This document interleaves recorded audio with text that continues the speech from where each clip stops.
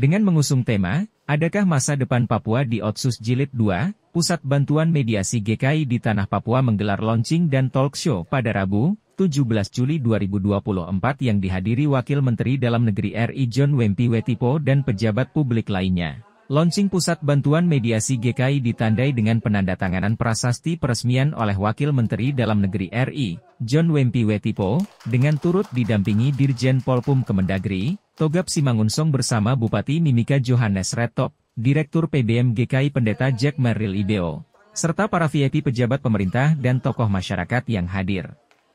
Dikatakan Bupati Mimika Johannes Retop, keberadaan PBM GKI menjadi terobosan dalam memfasilitasi berbagai konflik yang ada di Papua baik itu kekerasan, HAM dan sengketa lainnya. Ditambahkannya keberadaan Undang-Undang Otsus merupakan afirmasi atau keberpihakan bagi kepentingan masyarakat Papua. Menjadi sebuah kebanggaan sebenarnya bagi kita masyarakat, secara khusus masyarakat di Mimika, dengan kehadiran lembaga ini, materi-materi yang disampaikan dan rencana untuk membuat mediasi, tim-tim mediasi yang pada dibentuk, ini sesuatu yang luar biasa. Dan saya harap sesudah, jangan kita hanya melakukan event-event ini hanya sebagai seremoni, tetapi kemudian diaplikasikan di dalam kehidupan kita. Ini yang paling penting sebenarnya dalam perjalanan kita. Melihat pertemuan kita hari ini terkait dengan adakah judulnya begitu ya, adakah harapan orang Papua di Undang-Undang Otonomi Khusus Jilid kedua. Bapak Ibu sekalian, persoalan Otsus ini merupakan satu afirmasi untuk orang. Undang-undang ini hadir, napasnya adalah afirmasi. Jadi di dalam undang-undang kalau kita baca dari awal sampai akhir, itu bunyinya semua adalah afirmasi. Afirmasi terkait dengan pendidikan, afirmasi terkait dengan kesehatan, afirmasi terkait dengan hak-hak kesejahteraan, afirmasi terkait bagaimana orang Papua terlibat di dalam pemberdayaan ekonomi. Ini semua kita baca. Dan terkait keuangan yang dalam jilid 2 ini salah satu poin yang tadinya sedikit dananya naik menjadi 2,5%, dari 2% menjadi 2,5%. Pertanyaannya, kemudian apakah undang-undang ini bermanfaat tidak untuk kita?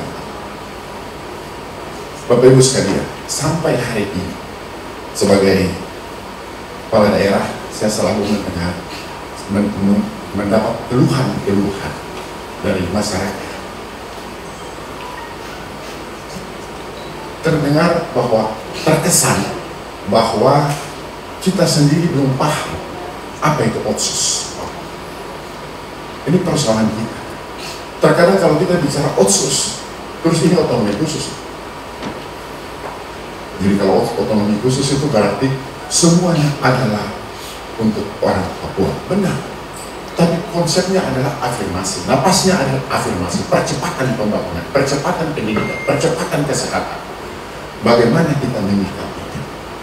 Pemerintah daerah sebagai ujung tombak di lapangan. Bagaimana kita terus melakukan sosialisasi untuk kepentingan-kepentingan. Salah satu contoh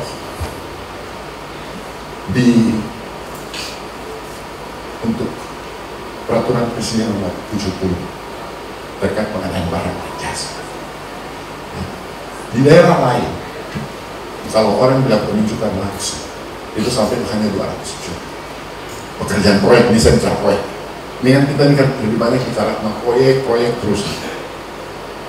Di Papua satu ini ditujukan kepada orang, dan perusahaannya harus orang. Persoalannya banyak masih orang Papua tidak teriak. Kok kita tidak dapat kegiatan itu? Kegiatan kami pilih tender, tapi penunjukan langsung. Kenapa kita tidak dapat? Bapak Ibu sekalian, di dalam struktur anggaran APBD kita itu tercermin bahwa orang Papua dibuka.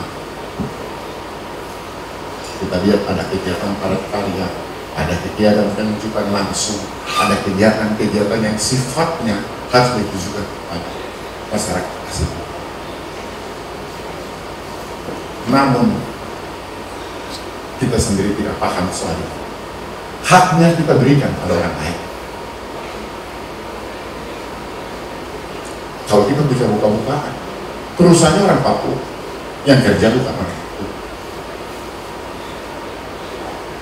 Aturan mengatakan, kalau kita bicara soal aturan, memang betul, perusahaan orang Papua, namanya orang Papua, tapi yang kerja bukan orang Papua. Pemilik perusahaan itu juga bukan orang Papua. Kita mau selalu seperti itu, terus kita teriak, bukan, tidak ada manfaat bagi kita peraturan itu, karena karya kita setuju. Kemudian kita mengatakan bahwa pemerintah tidak pernah memperhatikan kita. Padahal pemerintah sudah perhatikan dengan biasa. Anggaran penunjukan langsung APBD tahun 2024 struktur APBD Kabupaten Mimika 7.500 paket penunjukan langsung untuk orang Papua. Tendernya 500 paket. Artinya kita tujukan betul untuk orang Papua. Tapi orang Papua bilang, loh, kami kan kontraktor, saya hitung kontraktor orang Papua cuma 340. 7.500 pekerjaan ini berarti semua bisa dapat 2-3 pekerjaan. Tapi kenapa tidak? Ternyata kita dapat, kita kasih orang lain yang kerja. Kita ambil saja presentasinya.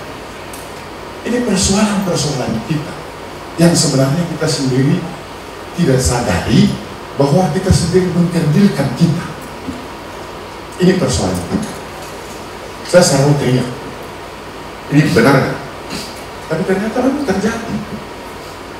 Ini Bapak Ibu sekalian, terjadi muncul konflik yang kecil antara kita sendiri. Kemudian di Mimika Pak Menteri memizin lapor bahwa kita di sini ada namanya, ini saya lebih spesifik pada kegiatan menhak orang Papua. Pak Menteri saya di Mimika ini ada namanya Kamar Adat. Artinya di sini berkumpul semua orang-orang pengusaha Papua. Tapi ternyata dalam pelaksanaan Kamar Adat Papua ini hanya untuk kepentingan orang-orang tertentu. Mereka membentuk lembaga ini kemudian hanya untuk kepentingan mereka sendiri, tidak melibatkan yang anggotanya sekian banyak. Ini persoalan kita. Saya beberapa kali ketemu dengan Pak. Kita coba Kap memperjuangkan betul haknya, hak orang Papua benar. Ini sudah ada wadahnya, tapi ternyata tidak maksimal. Saya sedih kadang-kadang. Ini bagaimana? Apakah kita harus tipu kita sendiri? Apakah kita kemudian harus mempersalahkan orang lain padahal itu sendiri yang bersalah? Terkait pendidikan, kita di sini ada afirmasi juga. Pemerintah kabupaten juga memberikan beasiswa khusus untuk orang asli. Ada dana otonomi khusus yang diberikan kepada pemerintah kabupaten cukup besar untuk pendidikan, untuk kesehatan juga. Betul, kita tuh orang Papua ini ada di pedalaman, lebih banyak ada di kampung. Jadi sebenarnya kita terus berusaha untuk membuat hak ini ada. Tetapi kadang bukan kadang sih, yang terjadi adalah bahwa kita tidak mempergunakan kesempatan itu untuk kepentingan kita, tapi kita justru menyalahkan yang lain, kita menyalahkan orang lain, kita menyalahkan pemerintah, padahal kita sendiri tidak pernah melaksanakannya sesuai dengan yang sudah diberi. Ada kewenangan, sudah ada kesempatan, tetapi tidak pernah diberi. Terus kemudian hanya teriak. Inilah konflik lagi. Makanya saya berharap PBM bisa memfasilitasi hal-hal seperti ini. Kita membantu pemerintah untuk bisa bagaimana kita bisa memediasi supaya hal-hal ini tidak terjadi lagi. Ini kita pusing dulu di pemerintah. Yang berikut, hari Sabtu kami menggunakan dana otsus untuk bagaimana anak-anak Papua ini yang sekolah itu bisa diterima, misalnya ini contoh, bisa diterima di sekolah-sekolah kedinasan. Kita menggunakan dana khusus untuk mendidik mereka dari kelas 3 sampai di untuk mendidik mereka, mempersiapkan mereka untuk bisa mengikuti tes kedinasan.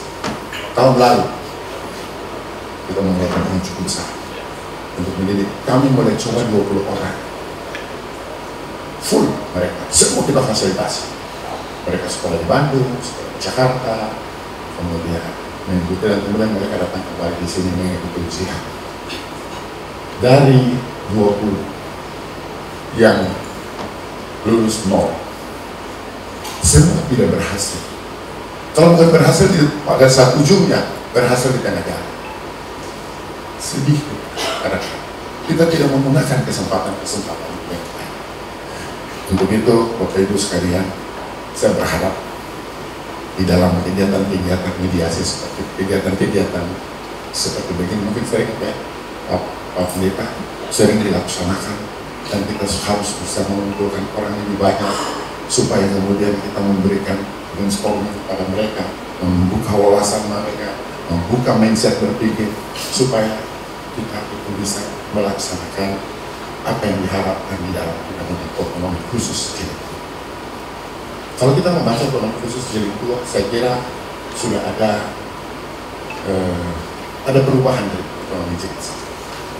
Ada dari sisi keuangan apa banyak, dari sisi kesempatan apa banyak, tapi kita belum memanfaatkan yang baik. Terus kemudian kita misalkan timbul gejolak. Nah, gejolak ini yang saya berharap BBM DKI bisa terus bersama dengan pemerintah melakukan mediasi, mendampingi kami untuk bisa melaksanakan tugas-tugas kita agar masyarakat Papua betul-betul merasa hadir. Pemerintah harus hadir di masyarakat. Kita pasang badan sebenarnya untuk masyarakat. Sementara itu, Wamendagri John Wempi Wetipo mengatakan, dibutuhkan waktu untuk menilai keberhasilan otonomi khusus jilid 2 yang baru saja dimulai dari hasil otsus sejak tahun 2001 silam. Ditambahnya, pemekaran provinsi baru di Papua merupakan bentuk kepedulian negara untuk menjawab aspirasi rakyat Papua, bukan untuk memecah belah rakyat Papua. Ya, forum ini, Lembaga Pusat Bantuan Mediasi GKI ini akan jadi solusi buat kita untuk menjembatani semua yang berkonflik hari ini. Kalau hari ini kita bicara soal mediasi ini, seakan-akan kita berkonflik dengan negara. Ya. Kita berkonflik dengan negara, bicara soal tanah ini. Saya kemarin juga tertantang karena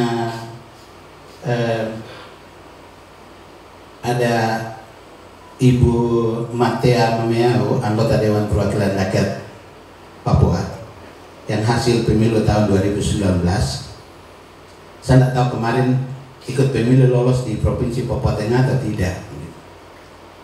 Tapi pernyataan Ibu itu tertantang buat saya untuk menjelaskan hari ini. Ya. Karena Ibu menyampaikan di dalam narasi yang saya ikuti di dalam rekaman itu, Ibu menyampaikan bahwa pemerintah ini lakukan pemekaran untuk memecah belah orang Papua. Ya. Dan itu pernyataan yang menarik buat saya. Karena pemekaran ini terjadi setelah saya jadi Wakil Menteri Dalam Negeri, jadi orang Papua melihat saya, oh ini biangnya itu ada Wakil Menteri Dalam Negeri yang namanya John Wempi Wetipo. Ya, begitu. Sekarang pertanyaannya adalah, kalau pemekaran itu tidak baik, kenapa orang rame-rame untuk jadi anggota Majelis Rakyat Papua?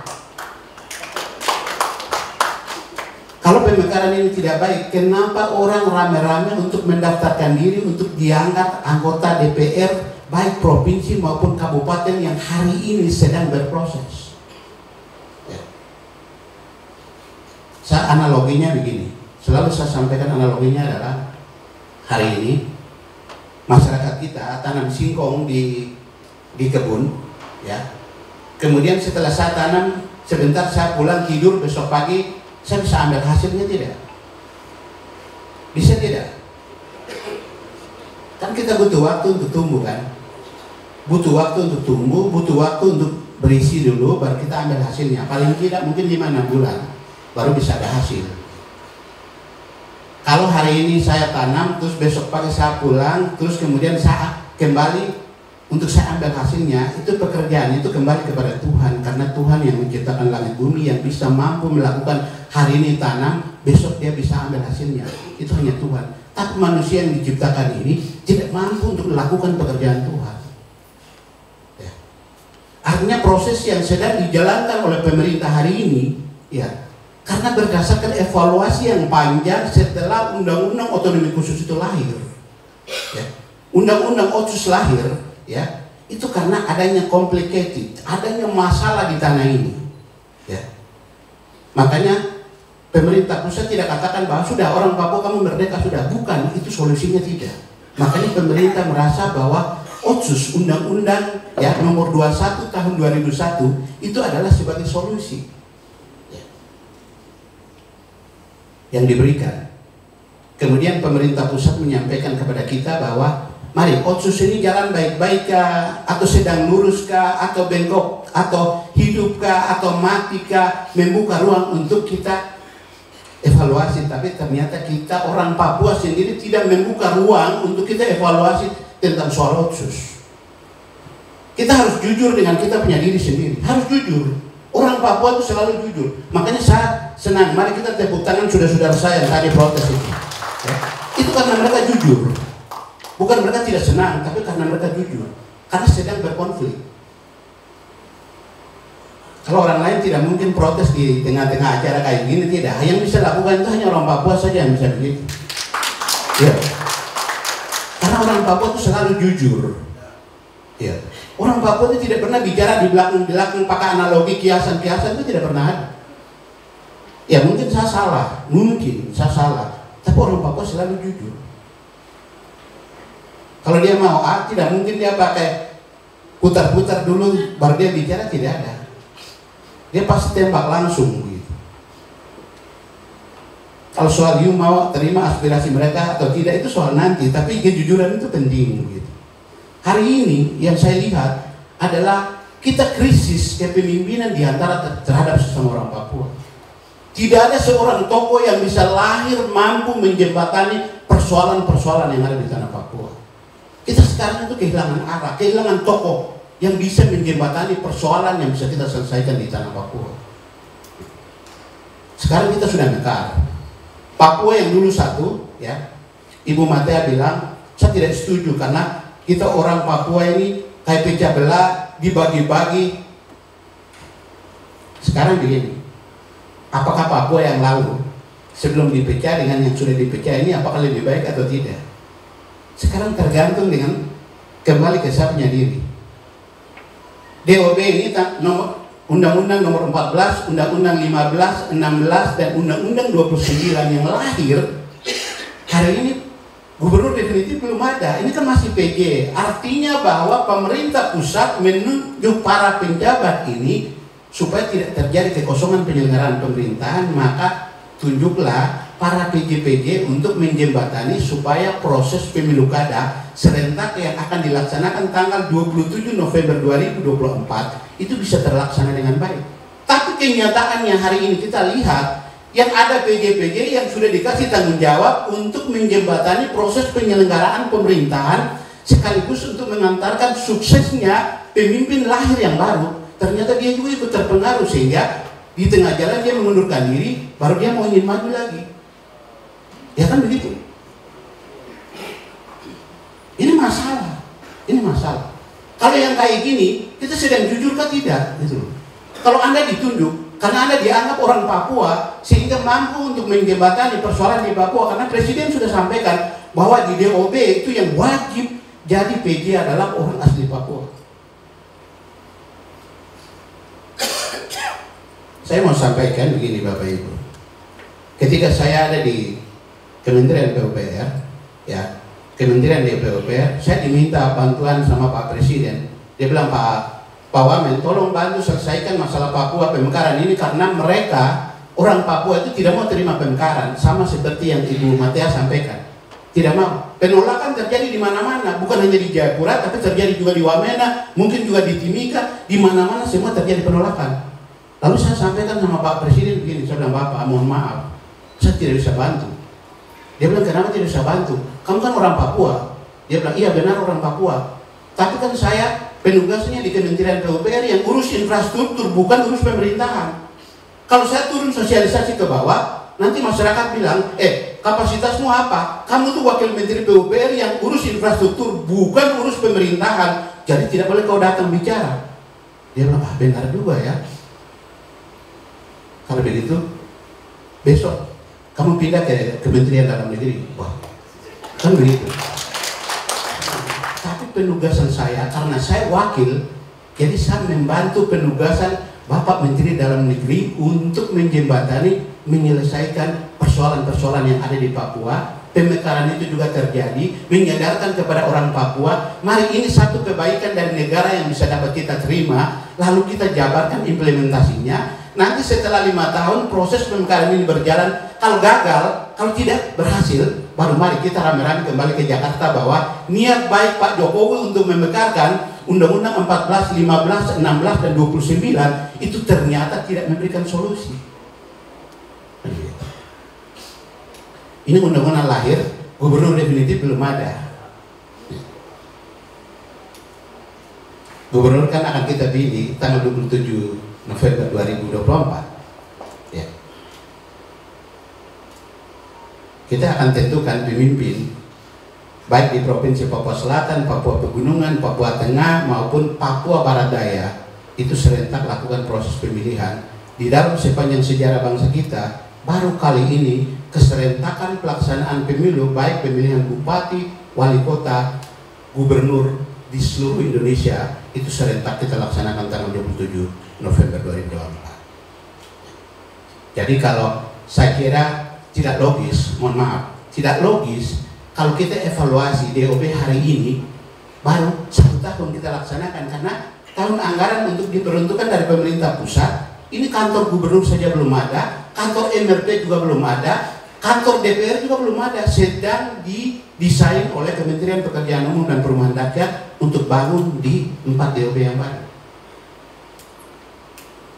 Jadi kalau proses pemekaran terjadi, setelah Pak Presiden meminta saya untuk masuk ke Kemendagri, kita menjembatani proses jalan. Saya itu dianggap orang yang paling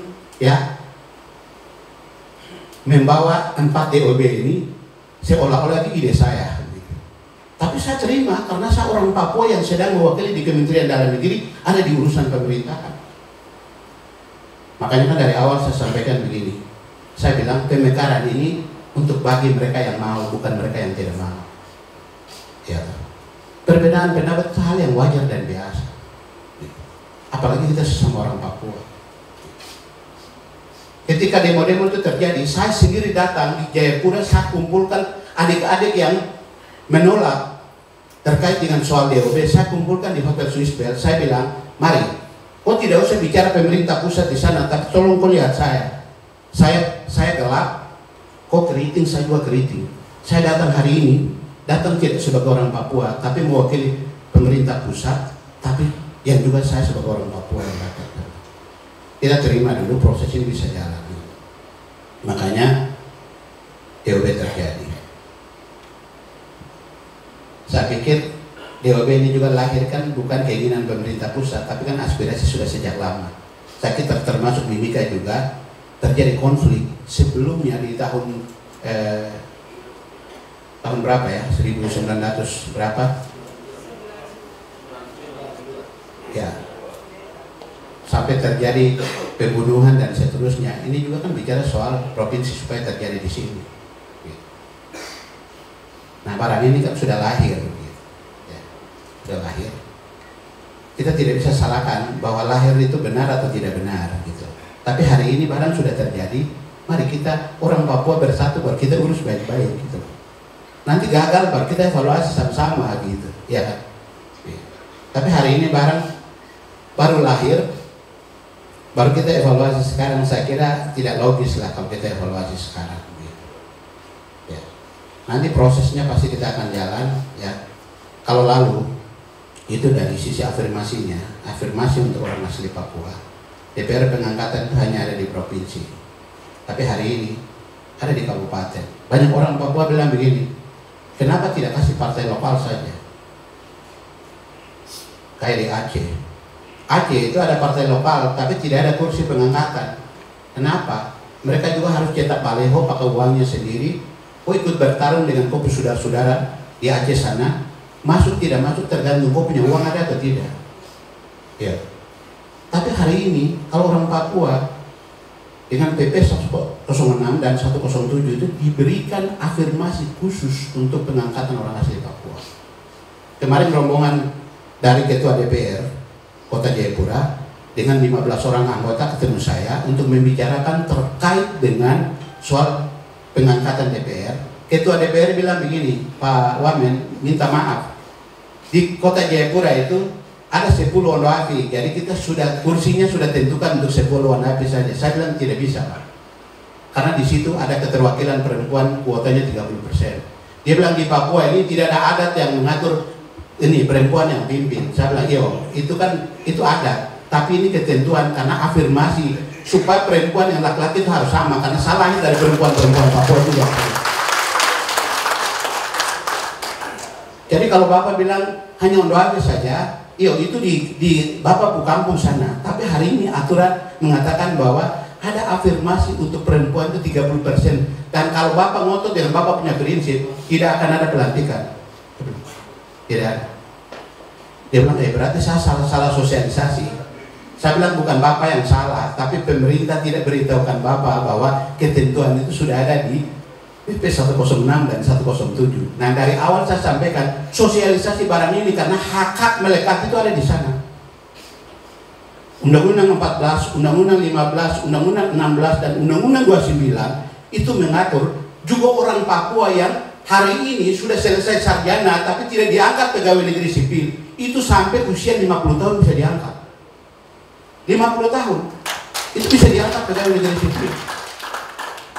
Kalau yang lalu itu dengan undang-undang yang umum itu mengatakan bahwa orang Papua itu bisa diangkat sama seperti dengan saudara-saudara yang lain. Sarjana itu minimal umur 34 tahun. Tapi hari ini yang ada itu 50 tahun pun bisa diangkat jadi pegawai negeri. Batas 50 tahun. Makanya saya bilang pemerintah kabupaten kota provinsi di Papua itu wajib mensosialisasikan turunan dari undang-undang nomor 21 tahun 2001 dan Undang-Undang 2 ya tahun 2021 itu turunannya adalah PP 106 dan PP 107. Itu hak orang Papua itu semua ada di situ. Ya mungkin banyak kita protes karena kita tidak pernah baca. Kalau ini setelah baca dulu baru, kalau pemerintah tidak kerjakan, kalau mau protes saya setuju. Tadi Pak Koordinator BP3 OKP Pak Pendeta Albert sudah sampaikan. Hari ini kita bicara di sini, tapi konflik terjadi di puncak desa. Mari kita bikin pemetaan. Papua Tengah ini yang terjadi konflik, katakanlah di Paniai, di Dogiai, di Intan Jaya, di Puncak Jaya yang lalu lebih kondusif, sekarang masalah. Itu berarti beban kita semakin bertambah. Mari kita menyelesaikan. Apalagi kita mau melaksanakan pemilu kada serentak di bulan November tahun 2024 ini. Tugas kita untuk menciptakan Papua ini damai. Ya. Kita tidak bisa terjadi menghindari konflik, tidak bisa. Kita tidak bisa menghindari konflik. Konflik kalau terjadi, mari kita bersatu untuk kita selesaikan. Ya. Dan saya kira lembaga ini hadir untuk memediasi kita. Ya. Apalagi saya lihat di dalam catatan yang disampaikan kepada saya itu sudah beberapa angkatan. Kalau bisa saran saya ke depan, lembaga ini kasih tugas kepada orang-orang yang dihasilkan supaya kau punya case ini, tolong kau bantu progresnya, lapor kepada kami supaya kami juga bangga karena produk kami ternyata ada hasil yang dimediasi di lapangan. Ya, mari kita kawal bersama proses konflik yang terjadi hari ini. Kita konflik dengan sesama orang Papua atau konflik dengan saudara-saudara dari non Papua atau konflik-konflik internal ini bisa kita mediasi dan bisa kita selesaikan. Tim Liputan Papua MCTV.